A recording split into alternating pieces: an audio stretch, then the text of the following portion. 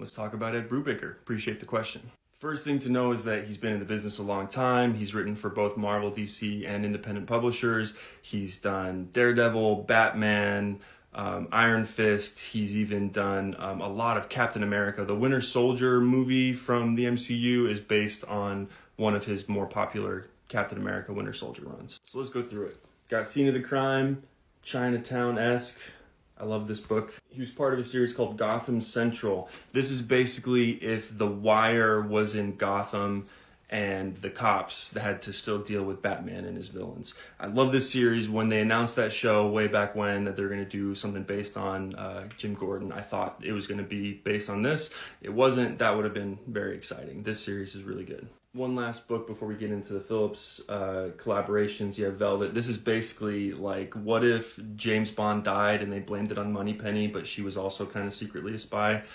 Really cool stuff.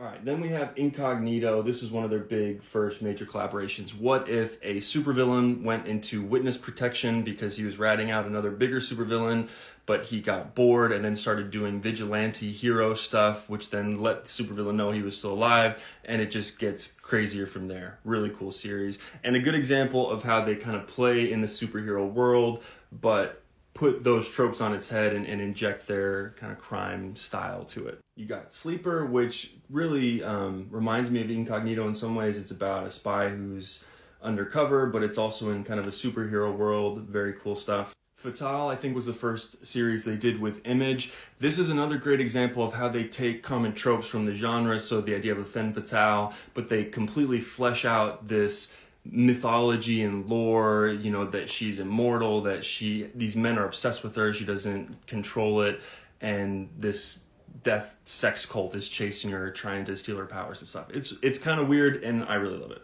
Then you have all their criminal books.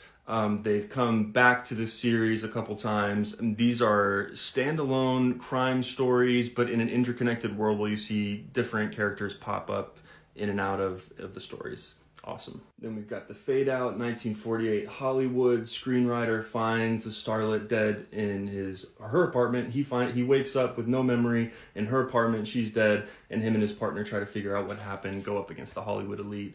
It's historical, it's crime, it's amazing. Finally, we have Kill or Be Killed, which I think is actually my favorite, but I'm out of time, so I'll do a part 2 and talk a little bit more about this one.